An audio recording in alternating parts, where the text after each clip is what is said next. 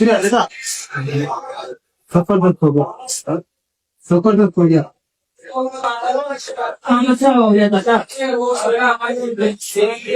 यहाँ देखो पुलिस का मसला तो नहीं होता ना हुकुम